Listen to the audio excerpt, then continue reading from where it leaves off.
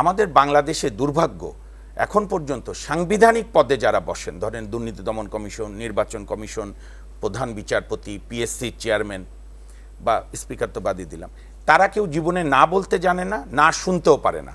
না বলতে পারে না হচ্ছে তার প্রধানমন্ত্রী সহ সরকারের নির্দেশাবলী, আর না শুনতে পারে না তার অধীনস্থ কর্মকর্তাদের কোনো ভালো ওপিনিয়ন।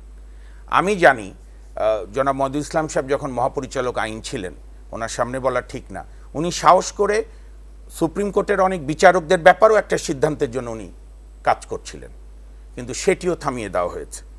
তো এরকম আরও অনেক বিষয়, এবং উনি যেটা ঠিকই বলেছেন, আপনি দেখবেন দুদকের চেয়ারম্যান হাসান মাসুদ চৌধুরীর পর থেকে ম্যাক্সিমাম হচ্ছে প্রশাসন ক্যাডারের, এবং প্রশাসন ক্যাডার মানে হচ্ছে সরকারের একেবারে লাইলি মজনুর প্রেম, যার ফলে দেখবেন যে কোনো প্রশাসনের কারো দুর্নীতির তদন্ত করতে গেলে দুদকের অন্য শ্রদ্ধেয় কর্মকর্তাদের হাঁপিয়ে যায়। তো এখন উনি তো মহাপরিচালক আইন ছিলেন, উনি আরও ভালো বলতে পারবেন। আমি যেটা মনে করি যে ডক্টর ইফতেখারুজ্জামান সাহেবের কিন্তু এখন পরীক্ষা দেওয়ার সময়, কারণ উনি গত 3 দশক ধরে এই দুদক নিয়ে, দুর্নীতি দমন নিয়ে অনেক আন্দোলন করেছে, এটা ঠিক দলমত নির্বিশেষে যারাই সরকারে আছে উনি চ্যালেঞ্জ করেছেন। কিন্তু এখন ওনাকে এই যে মহিদুল ইসলাম সাহেবদের মতো লোকদের, আরও অন্যদের কথা বলে একটা জুৎসই সংস্কার করতে হবে। মানে সংস্কার মানে হচ্ছে শুধু আওয়ামী লীগের লোকদের অ্যারেস্ট করলে সংস্কার হবে না, এই মামলাগুলোর ভিত্তি ভালো হতে হবে।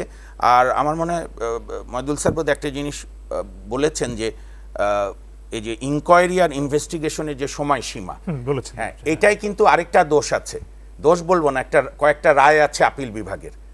ওই যে শেখ হাসিনার অনুগত প্রধান বিচারপতিরা রায় দিয়ে দিয়েছিল যে দুদকের এই সময়সীমা ম্যান্ডেটরি না, ডাইরেক্টরি। এই যে একটা রায়ের সুযোগে ধরেন বছর পর বছর ধরে বেসিক ব্যাংকের চার্জশিট হতো না, সরকার যেভাবে চাইতো সেইভাবে। তো এখন দুদকের সংস্কারে আমি মনে করি বাছাই কমিটিরাও একটা আইনের সংস্কার দরকার, দুদকের আপনার কমিশনের কার্যক্রমের স্বচ্ছতা। আরেকটা মামলা আমি করেছিলাম, আমি এবং আরেকজন দুদকের 2 কমিশনারের পক্ষে, সেটা হচ্ছে উনি আরও ওনার দ্বিতীয় ফেজে ভালো বলতে পারবে, চেয়ারম্যানের একটা ওই মোগলের না হোক অন্তত আধা মোগলের মতো ক্ষমতা। কমিশন মিনস চেয়ারম্যান এবং 2 জন কমিশনার।